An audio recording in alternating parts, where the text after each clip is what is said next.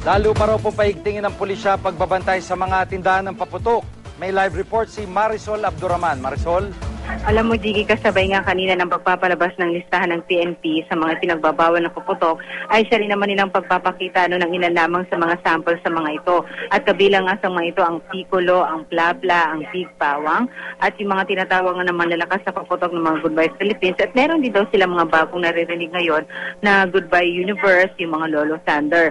Ayon kasi sa PNP, bagamat hindi na raw bago ang mga ito at dati pa raw nilang paulit-ulit na sinasabi na illegal ang mga ito, nakalulungkot daw na talamak pa rin ang bentahan at paggawa ng mga ito.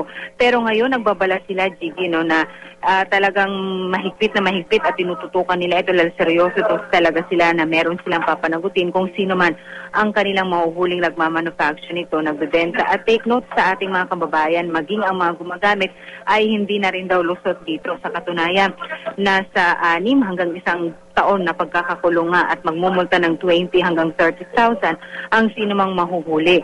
Kaya naman paulit-ulit ang kanilang paalala na bagamat nire-respeto daw nila ang kultura ng ilan na nakasanayan na maingay na pagsalubong sa bagong taon, mainam pa rin na gumamit na lamang ng mga legal na paputok. Maliban kasi sa iwas disgrasya ito dahil syempre nare-regulate daw, ay iwas aberya pa ito or iwas abala dahil dati naman na may kaparusahan pero this time mas magiging maikting pa rin daw ang kanilang kampanya tungkol dito.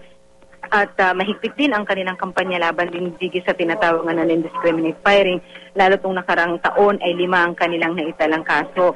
Kaya naman ngayon, umpisa siguro sa 28 o 29 nitong buwan ay umpisahan na ng PNP ang kanilang tinatawag na gun taping at seryoso daw ang pamunuan ng PNP na maliban sa pagkakatanggal sa serbisyo ay kakasuhan pa ang sinuman sa kanilang hanay na mahuhuli na nagkaroon ng indiscriminate firing. Sige? Maraming salamat, Marisol Abduraman.